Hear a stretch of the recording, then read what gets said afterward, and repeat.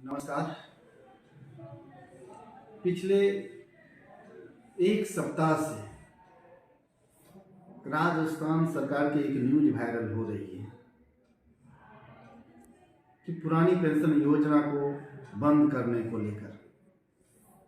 आखिर ऐसी कौन सी नौबत आ गई कि राजस्थान सरकार ने पुरानी पेंशन योजना को बंद करने के कगार पर ला करके खड़ा कर दिया है। इस देश में जो कर्मचारी हैं उनके लिए आखिर ये पुरानी पेंशन योजना इतना महत्वपूर्ण क्यों है, जब इस देश में 1 अप्रैल 2004 को पुरानी पेंशन योजना को बंद कर दिया और उसके स्थान पर एनपीएस न्यू पेंशन स्कीम को लाया गया। लोगों में एक पहलकदमी जगी, आस जगी कि ये न्यू पेंशन स्कीम कुछ बेहतर कर्मचारियों के लिए साबित हो सकता है। लेकिन आज विडंबना है, आप सबों के साथ मैं इस माध्यम से, सोशल मीडिया के माध्यम से आज लाइव आया और मेरे कहने का मतलब कि इसको समझने की ज़रूरत है। आखिर ये नई पेंशन स्कीम और पुरानी पेंशन स्कीम है क्या। कई राज्यों ने अभी तक पुरानी पेंशन योजना चला रखी है। जैसे दिल्ली की हम बात करें या पश्चिम बंगाल की बात करें, जब इस देश में पुरानी पेंशन योजना आई थी तो उस समय में ये दोनों राज्य सिर्फ और सिर्फ पुरानी पेंशन योजना ही चालू रखा। इसके बाद कई सारे राज्य न्यू पेंशन स्कीम की ओर बढ़ने लगा और उसका फलाफल आज देखने को मिल रहा है। लोग आंदोलित हैं, लोग कर्मठ हैं और कर्मचारी पूरे बेहाल हैं। आखिर कारण क्या है, इसको जरा हम इस ढंग से अगर समझते हैं। अभी वर्तमान में 2024 का लोकसभा चुनाव है और उस लोकसभा चुनाव में कई प्रकार की राजनीतिक पार्टियां पुरानी पेंशन को लेकर के अपने चुनावी एजेंडा में स्थान दिया है। चाहे पक्ष हो या विपक्ष हो, मैं उस पर नहीं जाना चाहता हूँ, लेकिन एक बात तो तय है कि कर्मचारी के हित में अगर पुरानी पेंशन योजना लागू होती है तो वो काबिले तारीफ होगी। और ये सरकार का एजेंडा भी रहा है। सरकार एक तरफ कह रही है कि एक राष्ट्र, एक संविधान और एक विधान, लेकिन हमें देखने को क्या मिल रहा है कि एक एक सांसद और विधायक का दोहरा पेंशन और कहीं कहीं तो 7-7 पेंशन देखने को मिल रहा है, और वो भी पुरानी पेंशन। और कर्मचारियों के ऊपर जबरदस्ती लादा जा रहा है कि एनपीएस मतलब अंशदायी पेंशन। क्या ये न्यायोचित है? हम आपके समक्ष ये सवाल रखना चाह रहे हैं।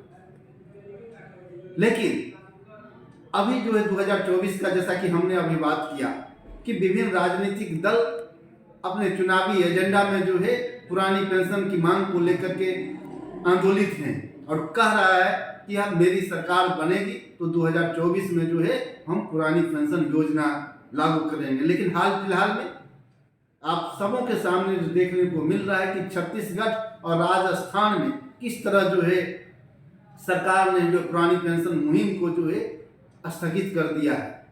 ये किसी से छिपी हुई नहीं है। तो जरा आइए हम समझते हैं कि आखिर ये पुरानी पेंशन योजना और नई अंशदायी पेंशन योजना आखिर ये है क्या। तो इसके बारे में जरा हम बात अगर करते हैं कि ओपीएस में पेंशन के लिए वेतन से कोई कटौती नहीं होता है। कि कहने का मतलब ओल्ड पेंशन स्कीम है उसमें वेतन से कहीं कोई कटौती नहीं होता है। वही नई पेंशन योजना पर क्या होता है कि 10% बेसिक प्लस डीए के साथ कटौती की जा रही है।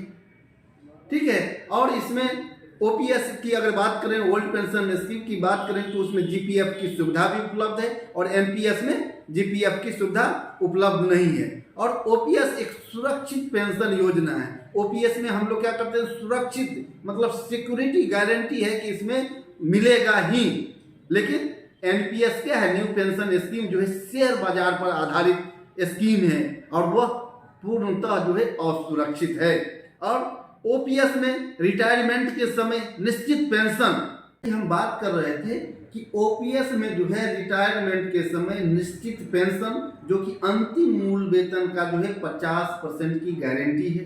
लेकिन एनपीएस में ऐसा कुछ भी नहीं है कि आपका जो है अगर अंतिम मूल वेतन अगर 70,000 है तो आपको जो है पेंशन, जैसा कि आप सब ने देखा है, जिसका मूल वेतन 70,000 रुपये है उसको 1500, 1800, 2000 मतलब शेयर मार्केट के पर आधारित है।